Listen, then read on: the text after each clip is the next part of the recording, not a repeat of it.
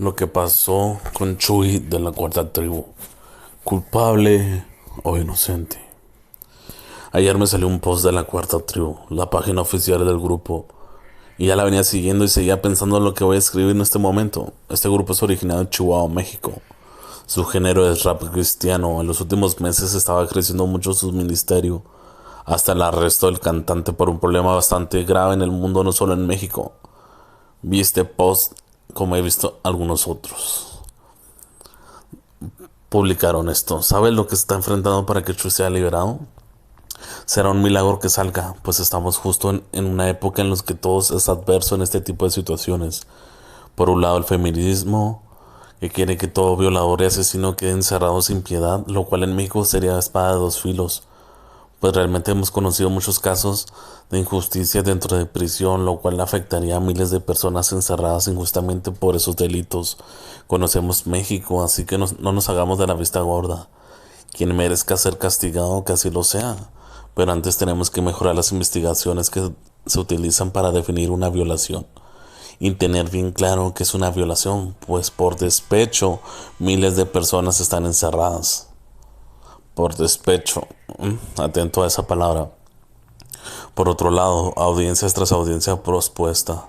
También tenemos que el amparo que se metió es experimental, es decir, que es un tipo de amparo que jamás se ha ganado en Chihuahua y pocas veces se ha usado en todo México. Independientemente de que Chuy salga o no, mediante el amparo que se ha planeado desde el día en que cayó, no dudamos que el plan de Dios es mejor, y si a Dios le place que Chuy esté ahí, será porque aún Dios tiene algo para Chuy en prisión. Atento a eso también. Más nuestro trabajo y el de Chuy es crecer en Dios de lo creer en el Dios de lo imposible, rogar a Dios y no dejar de tener fe, esperanza en que Dios puede librarlo. No solemos publicar cosas tan explícitas, pero nos agrada darles a conocer cómo va el proceso a raíz de que muchas personas nos han mandado mensajes en Instagram y en Facebook, pues han estado orando mucho y nos anima a saber que hay un pueblo que intercede a pesar de las adversidades. En Romanos 4, 17 al 21 enseña: Abraham creyó en el Dios que da vida a los muertos y que llama las cosas que no son como si estuvieran ya. Contra toda esperanza, Abraham creyó y esperó. Su fe no flaqueó a pesar de saber que estaba como muerto y que Sara era estéril. Ante la promesa no dudó ni vaciló como un incrédulo, sino que se reafirmó en su fe y dio gloria a Dios. Estuvo plenamente convencido de que Dios podía cumplirle todo lo que él le había prometido. Nuestro trabajo es creer. La cuarta tribu libre. Hashtag la cuarta tribu libre. Este fue el comunicado que...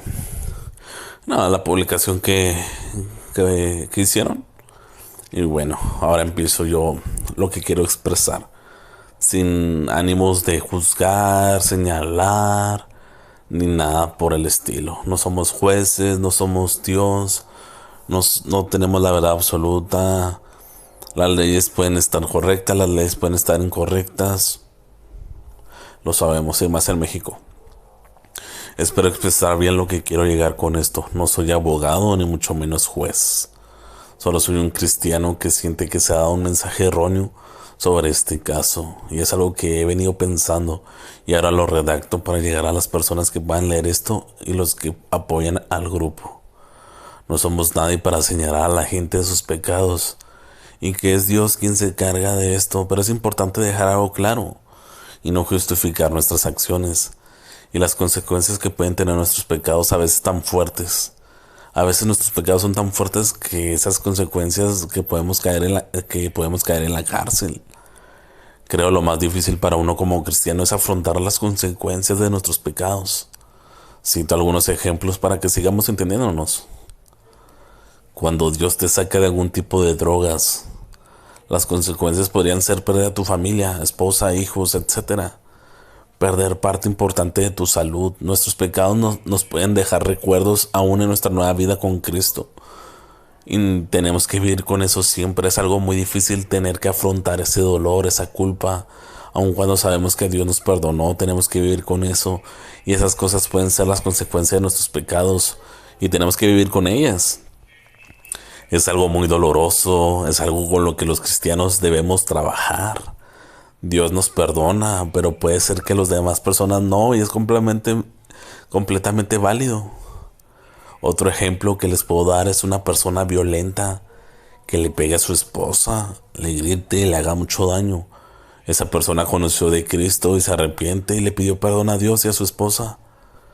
Pero una de las consecuencias de nuestros pecados o de nuestro pecado es que ella no nos perdone más, que ella no quiera saber nada de nosotros.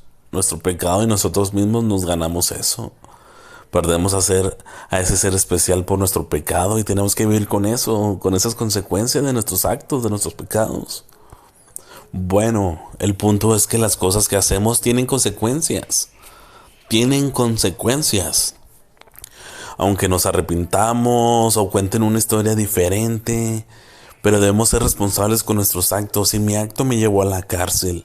Mi acto, no Dios, mi acto. Entonces lo afronto. Y estando ahí, enfrento las cosas y, ¿por qué no? Predico de Cristo estando ahí. No es que Dios tenga ese propósito en mí de ir a una cárcel. Porque para ir a una cárcel necesitas hacer algo malo o algo ilegal. No creo que Dios quiera enviarte a un lugar así, porque eso significa que Dios te manda a hacer algo malo.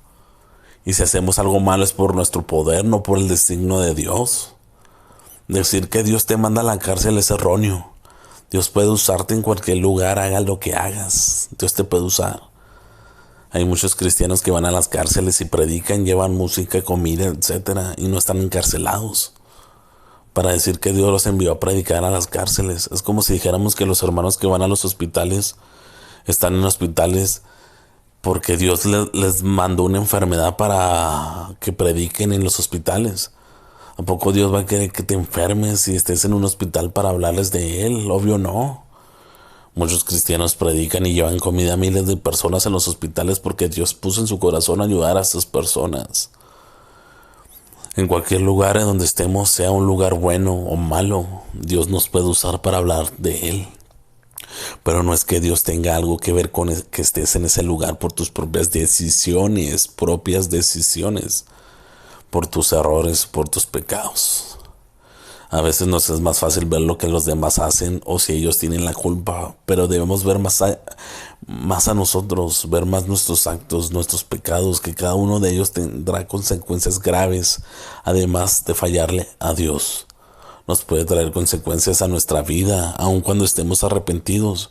Y si esas fallas es pasar algunos meses, años, sin poder ver la luz del sol y respirar aire de libertad, entonces afrontamos eso y predicamos de que Dios tiene el control de todo, que aun con mis errores, Dios es misericordioso, y puede usar en un lugar así. No le echamos la culpa a alguien, aunque la tenga.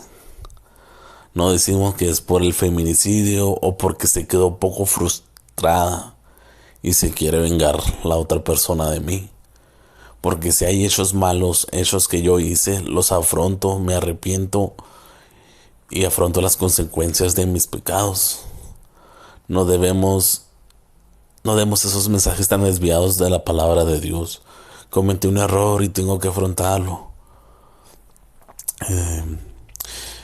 Como lo he dicho en toda esta reflexión, si las consecuencias de mis pecados están así, qué doloroso, pero toca afrontarlo y vivir con ello. Y si en este lugar puedo hablar del perdón de Dios, de lo que Dios ha hecho conmigo y también de las consecuencias de la desobediencia a Él, llevaremos muchas almas para el Rey. Oremos para que Dios lo guíe estando ahí, que si las consecuencias de su pecado lo dejan en la cárcel, ojalá y no. Que Dios pueda moverlo a cada persona con lo que Él pueda tener contacto y conozcan de Cristo. Que vean que aun cuando cometes algunos errores, Dios no te deja nunca. Leí que se abrió hace poco la primera iglesia cristiana dentro del Cerezo de Parral, Chihuahua. Entonces Dios lo está cuidando y lo está usando para llevar las nuevas. Recuerda que nuestros pecados tienen consecuencias, aun cuando Dios nos haya perdonado. Dios les ama. Escrito por Pastor Fuerte.